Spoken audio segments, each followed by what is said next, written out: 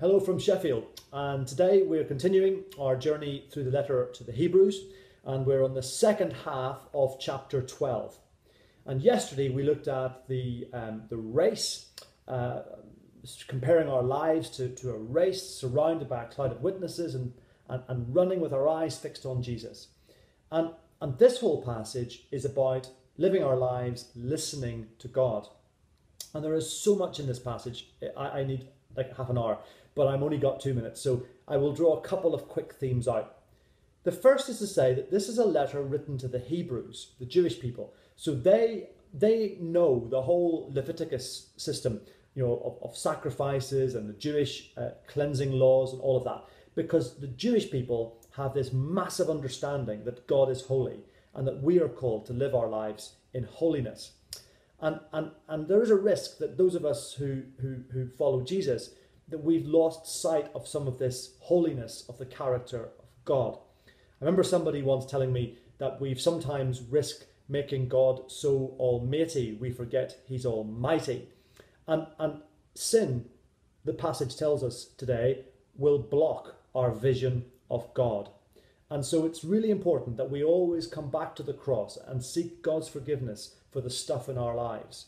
Sin blocks our vision of God.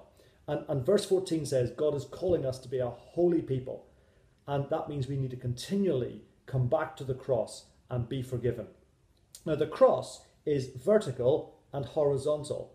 Vertically, we know ourselves forgiven by God. Our lives are forgiven. And then horizontally, we are called to forgive those around us. Holiness is not just about being forgiven. Holiness is about forgiving.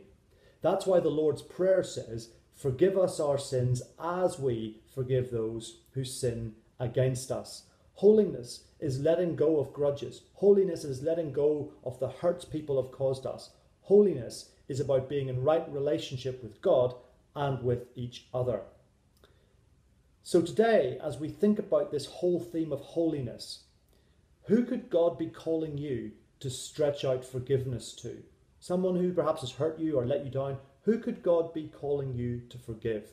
Because there's an image in verse 15, which is if we don't do that, that unforgiveness will become a bitter root that digs deep into our hearts and ultimately won't just damage the other person, it will damage us. And then toward the end of the passage in verse 25, it says, as God speaks, make sure you listen. Now that sounds like so simple it doesn't need saying, but that if we're going to hear God speak, when was the last time we consciously gave God a chance to speak to us? I remember my mum once telling me that God gave me one mouth and 2 ears and I should learn to pray accordingly. When was the last time we just took time to be still, to allow God to speak to us? I pray today that you will be a holy person, forgiven and forgiving, but also taking the time to listen to the Lord and hear what he's saying to you and put it into practice in your life today. Have a great day. God bless you.